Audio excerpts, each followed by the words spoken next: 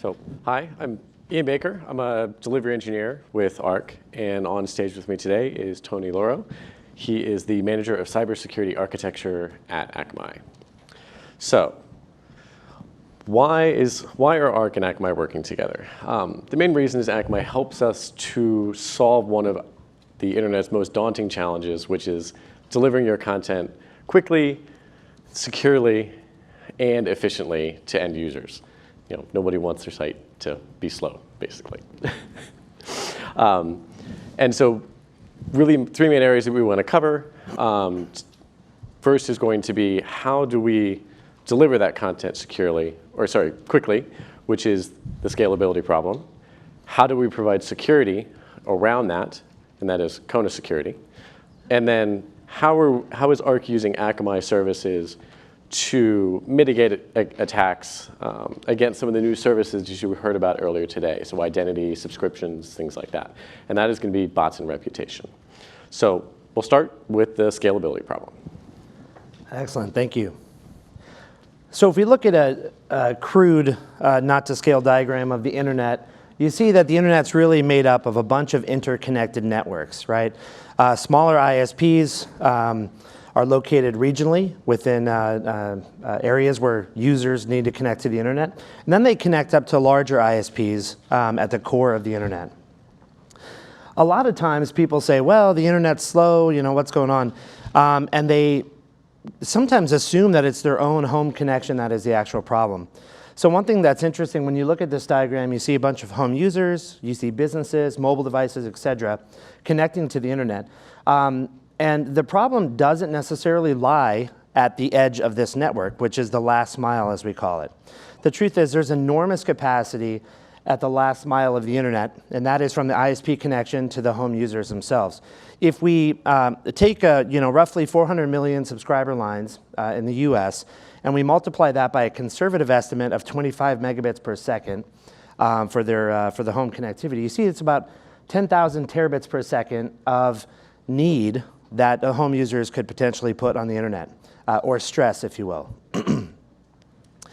Now let's look at the core networks. So there's about 100 major core networks, and within these networks, cloud providers and all the big top-tier organizations live. And they have roughly 5 terabits per second of connectivity assigned to each of them. So if you do the math, that's 500 terabits per second for all available internet connectivity for all of the services that we all use every day. And if you compare it to what the home users are actually capable of ingesting, we're only looking at about 2% of what could actually be used by the home users. So Akamai has solved this problem by creating a massively distributed content delivery network, started back in 1998, so 20 years ago. And the idea was to put Akamai edge servers closest to where the users are. So all around the world, there's about 250,000 of these edge servers, and they exist within the top tier networks. They exist within the tier 2 and tier 3 networks. They also exist in about 2,000 different local ISP networks around the world. And the goal is to have an Akamai edge server closest to where the users are, right? So from a content delivery perspective, we can serve content out of cache, and we can accelerate that middle mile connectivity when a user requests something that's not cacheable. And they're being served content from a device that sits right down the street from them in a local POP. So one of the problems that tends to take place as well is you have a lot of different connectivity types. They're all making requests into the internet from mobile devices, mobile users, businesses, home connections, et cetera. One of the things that we also solve with this distributed computing platform is all of these computers talk to each other, so they know what's going on. So if a user tries to make a connection to your site on the ARC platform, and there's some kind of connectivity problem across the internet, we can basically take that connection and reroute that user's experience through another closest, most available Akamai edge server to make sure seamlessly that the user has no disruption in that connectivity. So we talk about some of the peak levels of traffic that the internet has seen. In 2007, Akamai saw almost 1 terabit per second of traffic come through its network. And these are peak numbers. or high watermarks, if you will. And we move forward to 2011, 9 terabits per second, 34 terabits per second in 2015, and in 2017, 63 terabits per second. These are massive, massive numbers, and if you look at basically the top tier network providers, what they're capable of delivering, you see that these numbers are much larger than what they can do on their own. And when we look at 2018, all of these, the requirements for big media events to take place, et cetera, continue to drive these numbers even larger. In April, the Champions League plus some game publishing downloads that were pushed across the network, plus a patch release day, which typically happens on Tuesday, drove the network capacity up to 63.94 terabits per second. Jump forward to June this month, the World Cup by itself as a single media event, in addition to the regular traffic that traverses the Akamai network, we saw almost 60 terabits per second just alone. And just to chime in a bit, from an ARC perspective, this sort of delivery network is absolutely critical to us. Like, we know, I mean, every one of you is reaching your users. You want it to be there as fast as you can, as quick as possible. And it's not just, the user down the street from you. News is both local and it's also global at the same time. You're talking to, a person in your market who might be reading about, the local sports team, but every one of you might have a viral story that ends up on Google News or Reddit or Facebook or wherever else it is, and you have to be able to serve that content to anybody anywhere in the world. And it can't be a distinctly different user experience, for that person that's reaching halfway across the country or halfway around the world. And so having those points of presence everywhere is something that us as ARC really values. It's a core part of how we deliver the content. Awesome. When we talk about security as one of the other kind of challenges on the internet, security is different to many organizations. It depends on what your assets are and how you make money. But most of the time, security is one of the key pillars of any online experience, right? Last year, the estimated cost of cyber attacks was $575 billion. This is a massive number, and it's recorded over the past 5 or 6 years as growing 25% year over year. This introduces a massive amount of risk to your organization because you trust the internet for this delivery, right? So that's why this partnership is so important, because we're trying to take the problems that the internet delivery by itself presents and fix those problems for you. So this is BrianKrebs, noted journalist that basically posts articles on cyber activity, hacks that have taken place, et cetera. Well, on this particular day in 2016, he posted an article about a group of cyber attackers, not hackers. We don't like to say hackers. It's not appropriate. Cyber threat actors that basically launched an attack against a South American ISP. The next day, he posted this article, basically kind of outing who these people were. And following that was a large attack against his website.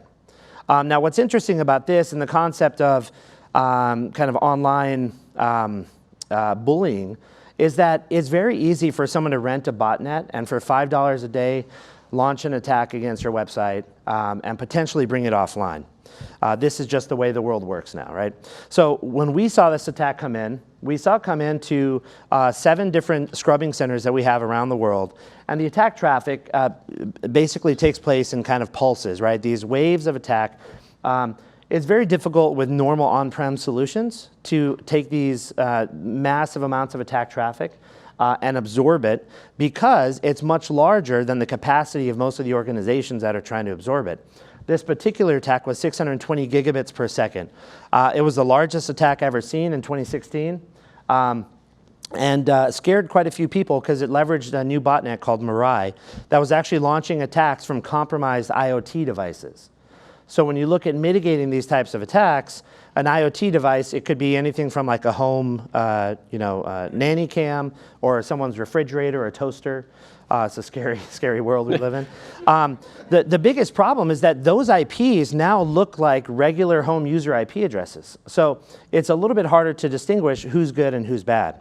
So not only were we able to absorb the attack across our distributed platform, but as the attack changed and morphed and the attack traffic was targeting specifically the data center here in DCA, which is in the green on the right, we were able to stay with the attack over time, and our security operations team were able to mitigate this. So over the past 10 years, we've actually changed how we're measuring attack traffic. In 2013, we measured it in gigabits per second. But now, in 2018, we saw an attack that was 1.25 terabits per second. This is a massive attack size. And if you think of the average core network having 5 terabits of capacity, this is kind of a scary idea. So the whole idea is that there's a ton of potential energy, attack energy from the internet based on the millions and millions of clients and IP addresses. Only with a distributed solution can you address those issues. So we'll go into a little bit how we use the distributed platform to tackle security issues.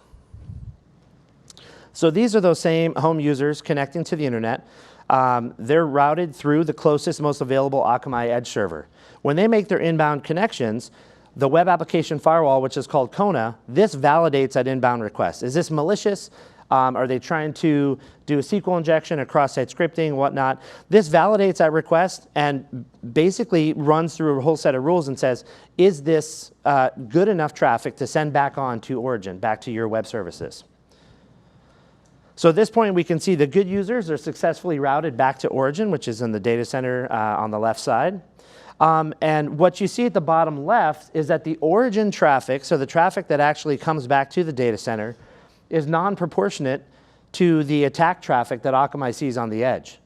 And this is a big pillar of this process, right? So we're absorbing the malicious nature of the requests, and we're absorbing that into the Akamai platform. So now when you see bad guys making a request, the same thing happens. Kona Site Defender and the rule sets look at this attack traffic and they block it. And you'll see in red there on the right, or the bottom left, right graph, that we're also absorbing the bad traffic. Now, a lot of times what attackers try to do is they try to overwhelm maybe one Akamai edge server, right? Well, when you have 250,000 of these and they all talk to each other, it's very easy for us to do the same thing we did when it comes to user reliability. We actually take that edge server offline and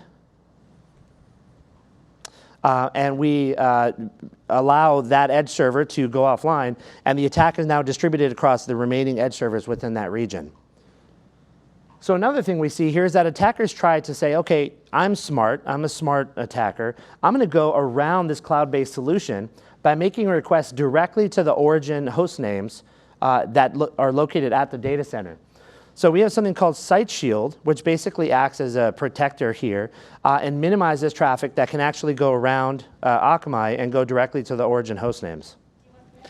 And so all of these components are leveraged by Arc to sort of increase the security in our sites. And we also use this same ideology of basically block on edge to go even a little bit further. Like most of our delivery configurations, we restrict the query parameters that we use, we disallow post, we strip cookie bodies. You know, we do a variety of things and we constantly update those to basically make sure that content serves out of that cache. Because from our perspective, if you serve that, if you make a request, a malicious request, and it serves from cache, it never even makes it back to origin. We can protect our critical infrastructure in the AWS data centers from seeing that malicious traffic at all. And an added benefit of this is that if an attacker does make it through those caching rules, does make it through any of the WAF rules, any of the KRS, or other OWASP rules, when we see it in origin, it sticks out like a sore thumb. We can look at the traffic and go, okay, this is really odd, it's abnormal. And we can very easily pivot that back to a rule inside of Kona and deploy it back out to edge. So that graph that you saw earlier of the waves, coming through, that wave can slowly decrease as you mitigate those attacks. And the easier it is to find that attack, the quicker you can find a way to block it and push that back out to edge.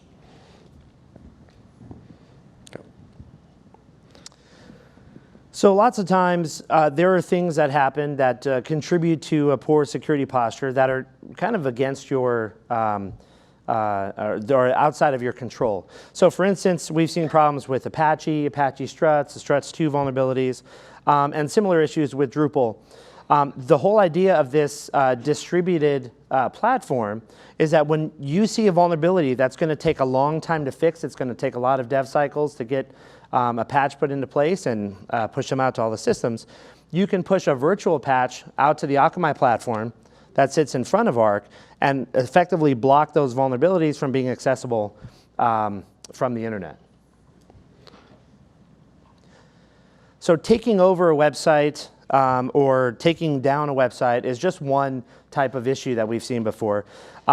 Another problem that exists out in the wild that contributes to a big issue is data breaches. So data breaches of, if you look at these many large organizations that you guys probably all use, these are leaking username and password combinations. So basically the attackers get access to these user password combinations and they try to reuse those by coming to your site. So a lot of money is lost to what's called credential stuffing, which is the process of trying these username and password combinations against your site. The hope is that you don't use the same password in 2 separate places. Does anyone use the same password in more than one place? Thank you, sir, for being honest. I appreciate that. So here's some stats around the number of accounts targeted by credential stuffing. And also the annualized cost. This is based on a Ponymon report in 2017. So this is obviously a very huge problem. One of the ways that attackers try to monetize this is by using tools like Sentry MBA.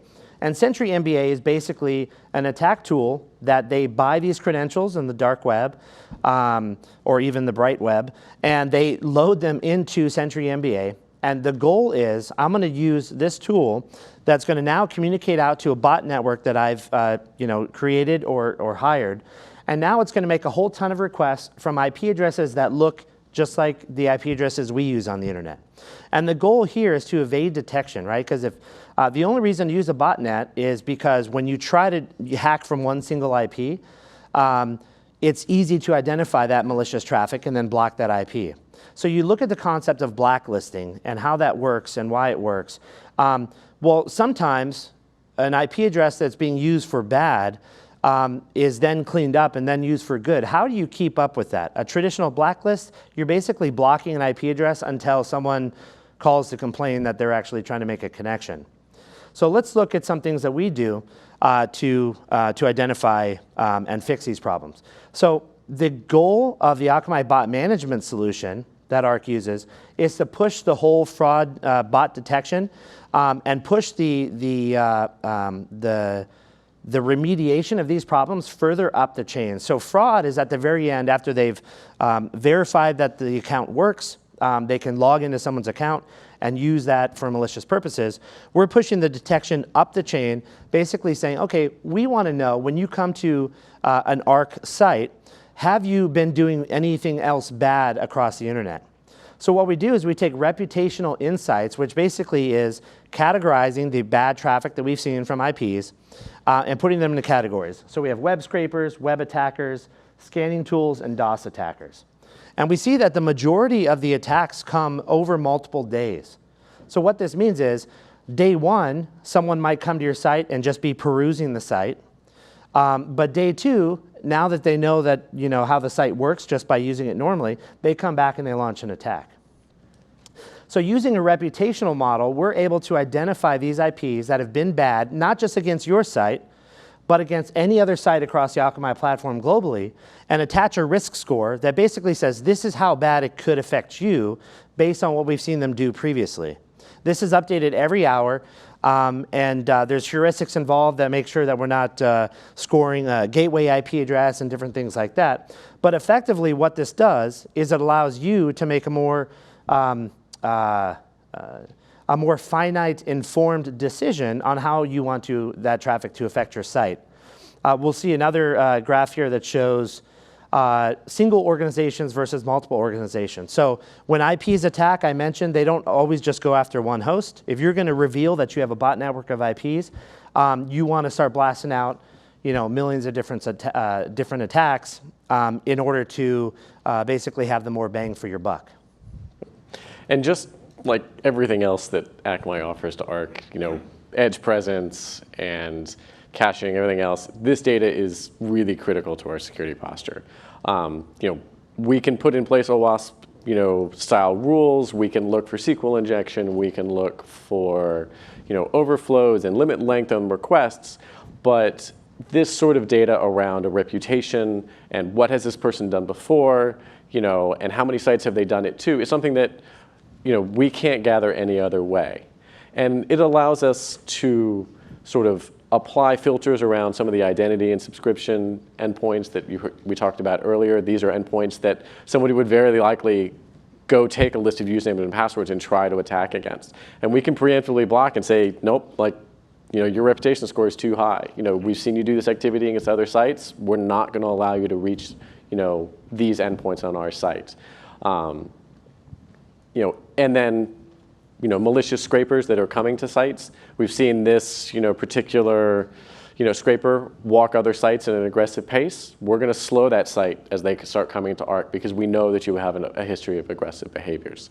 And then down into even, individual calls, individual requests. We can do length limiting. We can do character validation on post body, on query parameters to ensure that nobody is walking through and probing at an API endpoint or probing at a particular, component of the site to make sure, which they would then use that information to then build into a bot attack later.